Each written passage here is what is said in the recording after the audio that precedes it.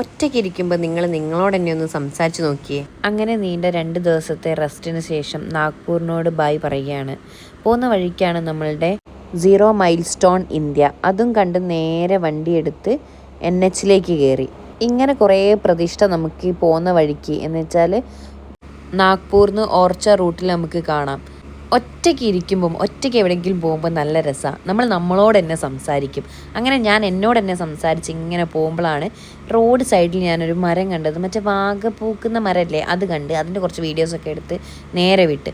പിന്നെ ഞാൻ നോക്കുമ്പോൾ കുറേ ലോങ് ഇത് തന്നെയാണ് കാണാനുള്ളത്. 2 സൈഡും നെല്ല്, ഫുള്ള് നെല്ല്. അതും കഴിഞ്ഞ് ഞാൻ നേരെ പോയത് വെള്ളത്തിന് ഭയങ്കര ദാഹം. അങ്ങനെ ഞാൻ ഒരു പീസ് തണ്ണീർമത്തം കഴിച്ച്. അങ്ങനെ ഞാൻ നോക്കുമ്പോൾ ഒരു പയ്യൻ ഓടി വരുന്നത്, റൈഡറേ എന്ന് വിളിച്ച്.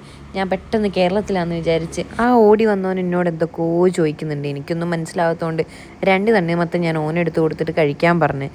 എന്താണെന്നറിയില്ല, നല്ല വിശപ്പും ദാഹവും ഉണ്ടായതുകൊണ്ടായിരിക്കും നല്ല മധുരം, നല്ല ചുമ നിൽക്കുന്ന തണ്ണിമത്തനായിരുന്നു. ഞാൻ കുറേ കഴിച്ച്.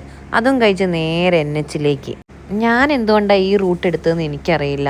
2 സൈഡും ഒരു തരിശു ഭൂമി, ഒരു മനുഷ്യനില്ല, ഒന്ന് ചിരിക്കാൻ പോലും ഒരാളില്ല. ഇതാണ് ഇതിൻ്റെ അവിടുത്തെ അവസ്ഥ. നാട്ടിൽ നിന്ന് ഇതുവരെ ഒരു റൈഡറെ പോലും ഞാൻ കണ്ടിട്ടില്ല. ഇതാ ഞാൻ പറഞ്ഞ ശിവൻ്റെ പ്രതിഷ്ഠ ഉണ്ട്.